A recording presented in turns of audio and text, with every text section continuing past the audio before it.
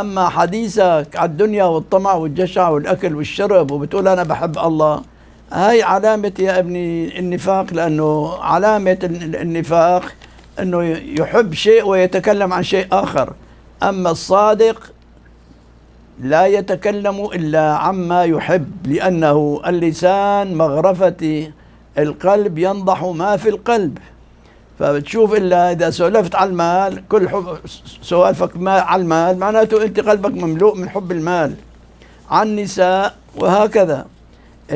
على الدنيا معناته الدنيا مملوءة في قلبك.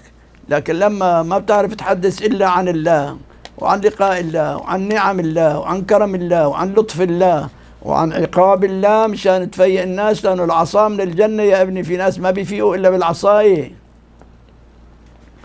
إذا ما بتقول له جهنم وبئس المصير بيضل بسكرته. ذرهم في سكرتهم يعمهون.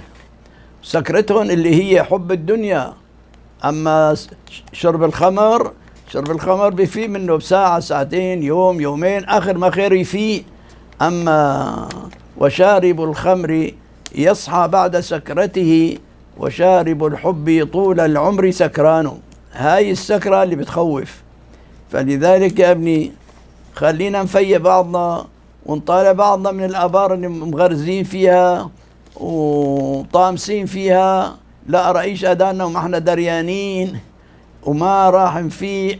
بعض الناس اللي الله هيك ما بيبعث له مين يفيقه، بيضل نايم حتى ومغرز حتى يجي ملك الموت يفيقه، وأنكر وانكير كمان بالقبر بفيقوه.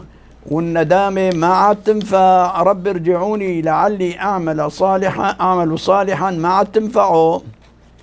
بده يعمل صالح قبل ما يخرج من الدنيا.